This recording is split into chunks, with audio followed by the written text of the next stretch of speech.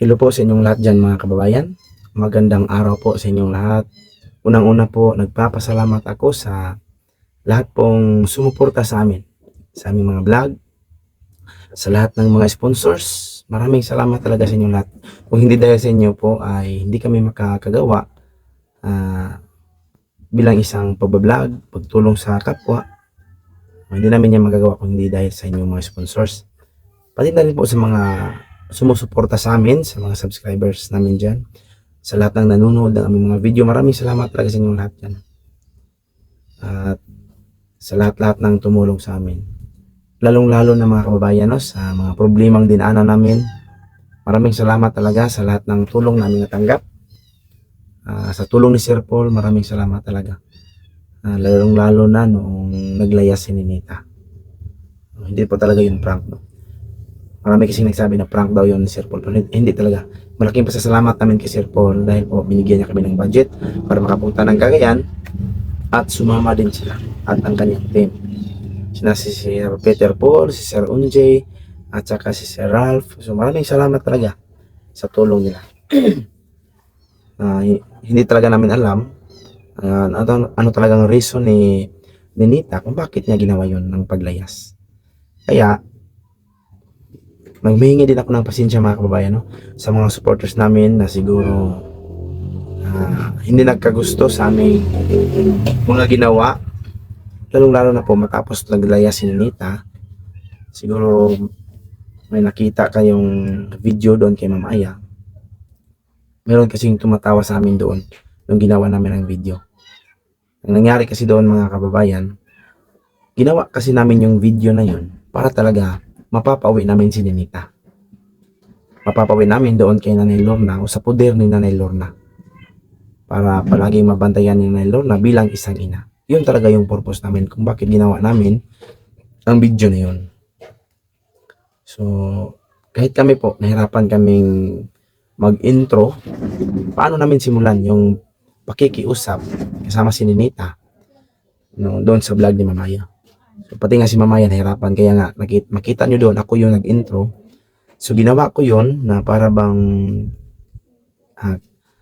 kinakaibigan namin si Ninita, yung parang binabanding namin ba sa usapan. Kasi nakikita kasi namin kay Ninita mga kabayan, hindi talaga siya pa medyo slow learners talaga siya, no? Medyo late. Iba kasi yung nasa isip niya. Kasi nakita ko rin yan nung nakita namin siya, pinunta namin siya Cagayan.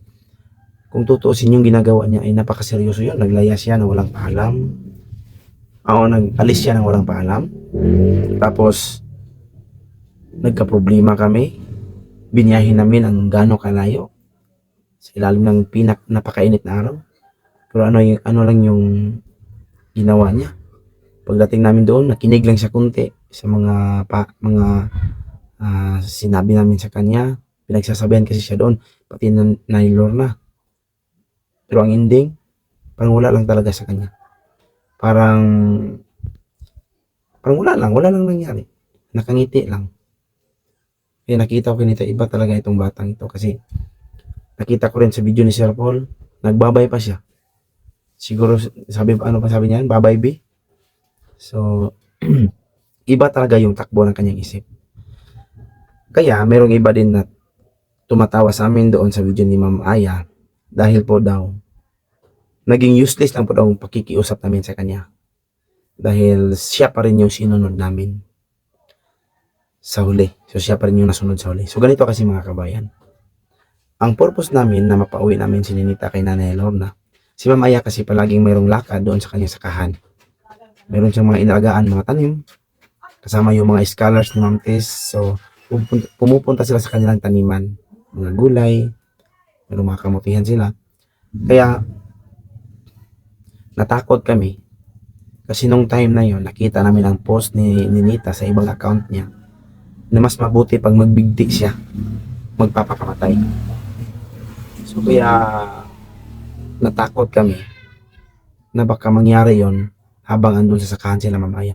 Kaya sinabihan namin si Nanay Lorna noon na mayroon tayong gagawing video na ipapakita natin sa karamihan na isasauli talaga namin sa iyo si Ninita. Dapat na ipagdating sa iyo dyan, bantayan mo talaga ng maigi.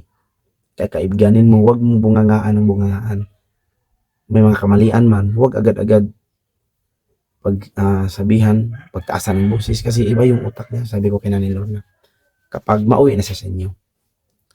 Sa simula mga kababayan, yung kinausap namin siya, kinumusta ko muna, yung mga plano niya sa pag-aaral. So okay man, mag-aaral siya ng mabuti, gusto niya maging seaman, sabi niya, flight attendant. Kaya, nung sinimulan na namin kausapin siya tungkol sa pag-uwi po sa kanila, dahil po kay Ma'am Aya na busy sa sakahan, parang ayaw niya sumagot. Ayaw niyang umimik. Tapos, nakayuko lang siya, ganun. Kaya kinausap namin siya, yung tinatanong-tanong namin, love mo ba si tatay? Sabi niya, oo. Love mo ba si nanay? Hindi siya sumasagot. Love mo ba siya? Kakaila at si Ray, matagal din siyang sumasagot. Pero, nung last, sinagot niya talaga na love din niya si Nanay Lorna. Kaya sinabihan ko na kahit paano mangyari, si Nanay Lorna ay nanay mo talaga. Kaya hanggang sa tinanong namin siya na okay lang ba sa kanya na umuwi siya doon kay Nanay Lorna. Yung decision niya talaga. Sabi ko, yung decision mo talaga ha? Sabi niya, hindi siya sumagot, tapos bigla sabi niya, nag-oo siya, nag-okay siya, tapos okay sa'yo na uuwi ka sa inyo? Tsaka, opa, marami kasing lakad si Ate Annie, sabi niya. Maraming lakad, baka andun pupunta siya ng sakahan. So, sabi ko nga, okay, o ganun. So, mas mabuting doon niya kay nanay, no? Tapos, tinanong siya ni Ma'am Aya kung okay lang ba talaga sa kanya. Bigla siyang tumago sa kumot, tapos umiyak.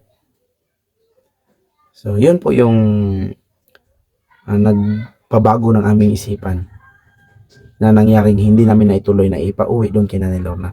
Kasi iba yung takbo ng kanyang isipan. Malay natin, baka pag nakauwi na siya doon, so para bang maisipan niya na itinakwil siya, o para bang hindi na siya, wala na siyang silbi sa amin, ganun. Baka lang na yun ang maisipan niya, at baka matuloy yung nasa isip niyang magpapakamatay. Kaya yun yung tinatakutan namin. Kasi nakita ko kay Ninita na iba talaga yung takbo ng kanyang isip. Gagawin talaga niya kung ano yung pumapasok sa kanyang isipan. Kaya nung nakita namin yung post niya na magpapakamatay, kaya nalito kami kung paano siya kausapin. Kailangan talaga siyang intindihin. Kasi yung isipan niya, para bang nasa siguro mga 10 years old. So, kaya, humingi ko ng pasensya na kahit na kinausap namin para mapauwi, hindi natuloy dahil po sa kanyang hindi talaga niya gusto. Hindi niya gusto na uuwi doon kay Nanay Lorna. So, ang nangyari, nanatili siya doon kay Ma'am Aya, pero meron kaming usapan na kailangan sa bawat panahon na si Ma'am Aya ay pupunta ng sakahan, kasi sasama man si Kubay at si Arlene Joy, pati si nanay minsan sasama rin yung mama ni Ma'am Aya. Sabi namin na kailangan ka rin sasama kay Ma'am Aya. Tapos sabi niya, oo, sasama daw siya sa sakahan. Sabi ko, doon na lang kayo mag-banding kasama sila Kubay, maligo ng sapa, or magtanim-tanim ng mga gulay. So para meron din siyang libang. So yun po yung nangyari mga kababayan. Kaya po, hindi talaga natuloy na naiuwi namin kay Nanay Lorna. Pati rin si Nanay Lorna andun sa pag-video namin. Kitang-kita ni Nanay Lorna.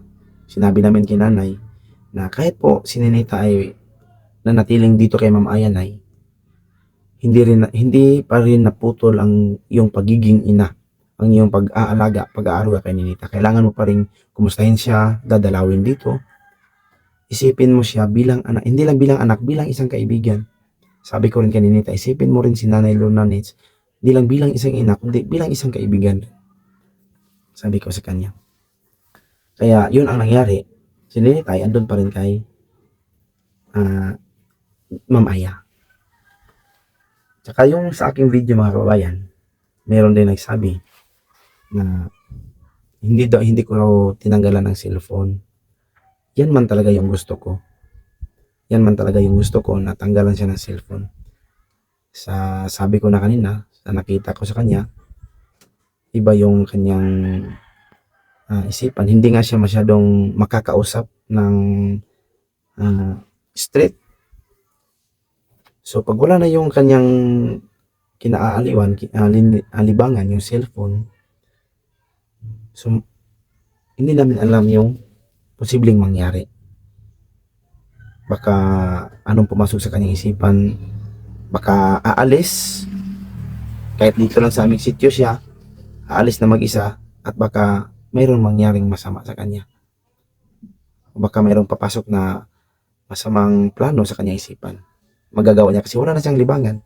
Kaya, naisabi ko doon sa kanyang video, na kailangan mag-cellphone siya, limit lang, at wag nang mag-contact ng mga kaibigan, mga lalaki, sabi ko sa kanya.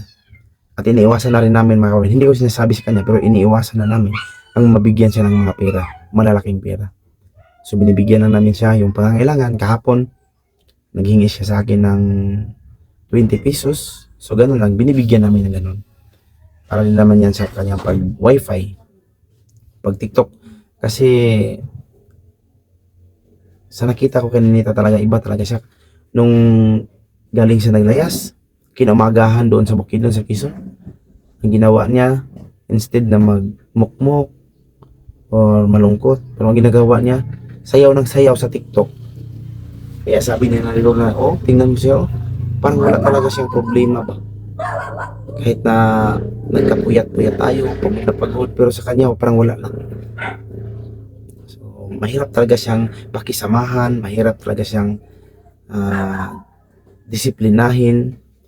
Kasi pag bungangaan mo siya o taasan mo siya ng boses, magagalit din siya. So kailangan mo siyang kausapin ng mahinhin. So hindi siya agad-agad na i-street mo. Kailangan mo kang mag-adjust sa kanya. Iba talaga. Kailangan mo talagang mag-adjust na pakikitungo sa kanya. Kaya yung nangyari mga kababayan, so naging nabigyan na siya ng panahon pa rin na mag-cellphone, pero sumunod naman siya sa usapan namin na limit lang yung pagsi-cellphone niya.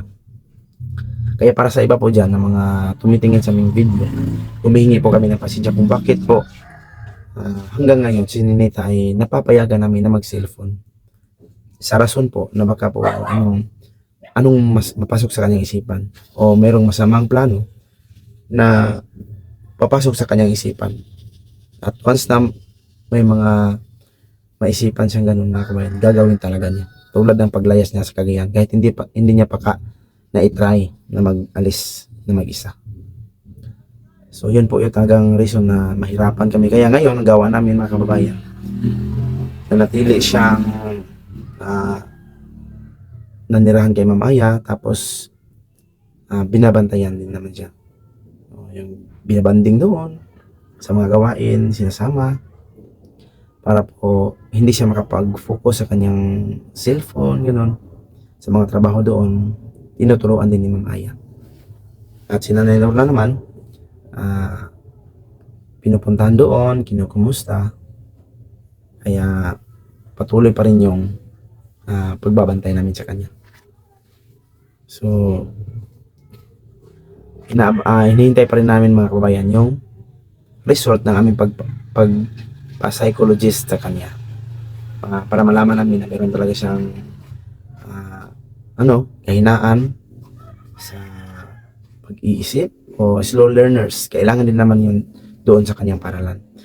Kaya yun mga kababayan, pasensya talaga kung nakita ninyo sa mga video namin na para bang siya pa rin yung nanalo daw. Siya pa rin yung nanalo. Kuha namin yun dahil po sa rason na yun.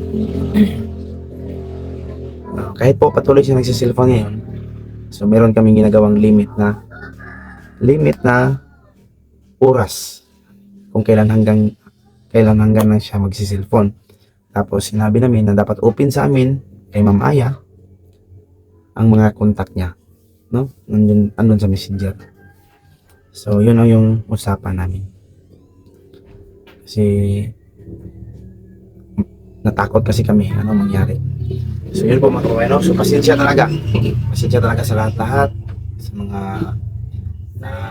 sa mga hindi nakagusto po sa aming mga desisyon. So pasensya talaga sa inyong lahat.